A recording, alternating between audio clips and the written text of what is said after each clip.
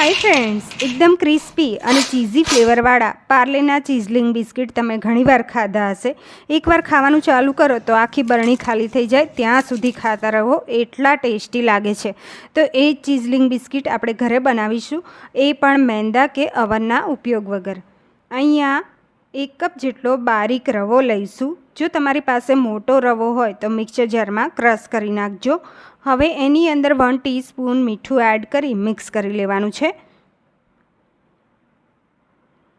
2 tablespoon ઘરની મલાઈ add કરીશું. આમાં ઘી કે તેલનું મોણ નહીં એડ થાય. 2 ટેબલસ્પૂન ઘરની મલાઈ એડ કરી અને સારી રીતે મિક્સ કરી લેવાનું છે. અને આ નાસ્તો છે એ માત્ર 10 મિનિટમાં તૈયાર થઈ જાય છે અને બાળકોને તો ખૂબ જ પસંદ પડશે, મોટાઓને પણ ખૂબ જ ભાવશે. અને એને તમે લોંગ ટાઈમ સુધી એક કન્ટેનરમાં ભરી અને સ્ટોર પણ કરી શકો છો. એકદમ સારી રીતે મિક્સ થઈ ગયું છે, લમ્સ ના રહે એ રીતે. અને હવે 1 ક્યુબ આપણે પ્રોસેસ ચીઝ લઈએ અને એને છીણી લઈશું. ચીઝ નાખ્યા પછી એટલું મસળવું કે લોટ સાથે ચીઝની ફ્લેવર એન્હેન્સ થઈ જાય. ચીઝ છીણાઈ ગયું છે.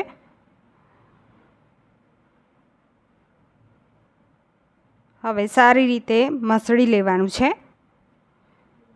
એકદમ સરસ અંદર મિક્સ થઈ જાય એ રીતે મસળાઈ જાય પછી એની અંદર નવસેકું ગરમ પાણી એડ કરી અને લોટ બાંધતું જવાનું છે.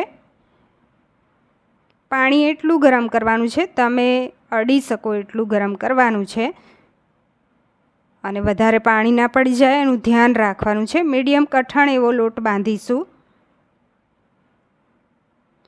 ટોટલ અહીંયા લોટ બાંધવામાં 10 ટેબલસ્પૂન પાણી યુઝ થયું છે મારે. 10 ટેબલસ્પૂન પાણીથી આ લોટ મીડિયમ કઠણ એવો બંધાઈ ગયો છે. હવે એને ઢાંકી અને 10 મિનિટ માટે રેસ્ટ આપીશું. જો આ રીતનો લોટ બંધાયો છે. ઢાંકી અને 10 મિનિટ રેસ્ટ આપવાનો છે એટલે એકદમ લોટ સરસ સેટ થઈ જાય. 10 મિનિટ પછી આપણે ફરી એને મસળી અને લુવા કરી લઈશું મીડિયમ સાઇઝના.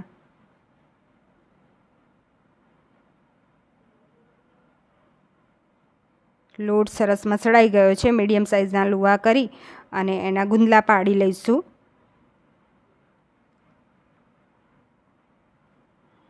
અને બાળકોને તમે લંચ બોક્સમાં સાથે પેક કરીને પણ આપી શકો છો. આ રીતે લુવા તૈયાર કરી લેવાના છે બધા જ. અને બીજો બાકીનો લોટ છે એ ઢાંકતું જવાનું છે અને વણતું જવાનું છે. સાઈડમાં તેલ ગરમ કરવા મૂકી દેવાનું છે.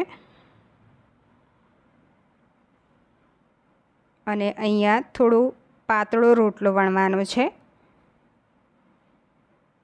ભાખરી જેવો જાડો પણ નહીં અને એકદમ રોટલી પાતળી હોય છે એટલું પણ પાતળો નહીં, મીડિયમ એવો આ રીતનો રહેશે. જો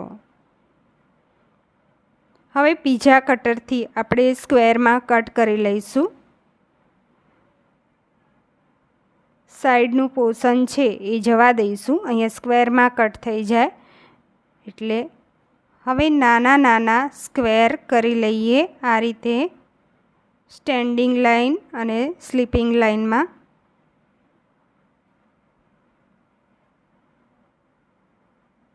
આ રીતે નાના નાના સ્ક્વેર થઈ જાય એટલે એનાથી જ ઉખાડી લઈશું આ રીતે. અને હવે ગરમ તેલમાં આપણે તળી લઈએ. એ જ રીતે રોટલા બનાવી અને ઉપરા ઉપરી રાખી ઢાંકી અને તમે ફટાફટ આ પ્રોસિજર કરી શકો છો. અને આ તેલમાં જાય એટલે ફટાફટ છૂટા પણ પડી જાય છે, ચોટશે કે એવો સવાલ જ નથી આવતો. તમે એકસાથે બધા જ મૂકી શકો છો. હું એવી રીતે જ તળતી હતી અને બધા જ મારે ફટાફટ આ જે ચીઝલિંગ બિસ્કિટ છે એ તૈયાર થઈ ગયા હતા.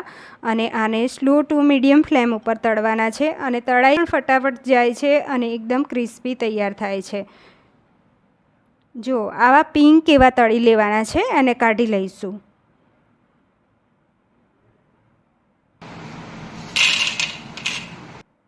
એકદમ ક્રિસ્પી એવા ચીઝલિંગ બિસ્કિટ તૈયાર થઈ ગયા છે. એને ઠંડા થાય એટલે એક કન્ટેનરમાં ભરી અને તમે સ્ટોર કરી શકો છો અને બાળકોને લંચ બોક્સમાં પણ આપી શકો છો. વાટકી ભરીને એમનેમ ઘરમાં ગમે ત્યારે આપી શકો છો. સો ફ્રેન્ડ્સ, રેસિપી ગમી હોય તો વિડીયોને લાઇક કરી અને મારી ચેનલને સબસ્ક્રાઈબ